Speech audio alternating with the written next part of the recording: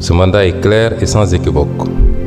Mandat que l'on doit honorer pour être à la hauteur du contrat de législature qui nous lie à lui. Nous le lui devons. En effet, les réformes de rupture constituent le socle idéologique de tout contrat de législature.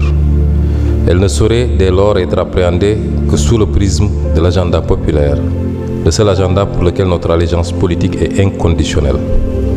Il convient ici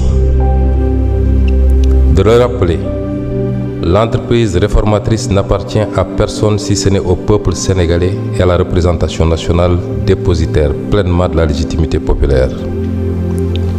Digne représentant du peuple, l'objectif de la proposition de révision de la Constitution est d'ores et déjà atteint car l'initiative parlementaire avait pour ambition de créer les conditions d'une adoption de cette révision promise au peuple et qui tardait à être approuvée.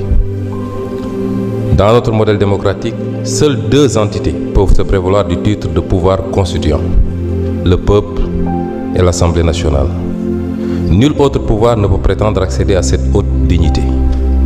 En tant que pouvoir constituant, l'Assemblée nationale a toute compétence pour initier, adopter et, le cas échéant, approuver une révision ou une modification de la Constitution. En tant que pouvoir constituant, l'Assemblée nationale n'est assujettie à aucune limite lorsqu'il s'agit de réviser la Constitution, si ce n'est le respect de la procédure même de la révision et la sanctuarisation des dispositions intangibles prévues à l'article 103 alinéa 7 de